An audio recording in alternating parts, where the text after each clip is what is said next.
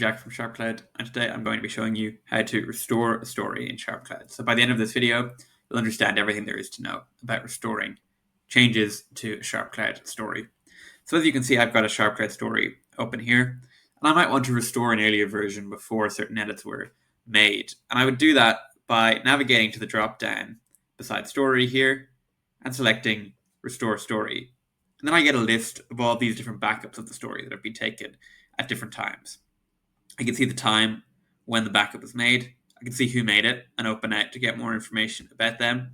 And I can also see the exact changes that have been made and that have been logged since that backup was made.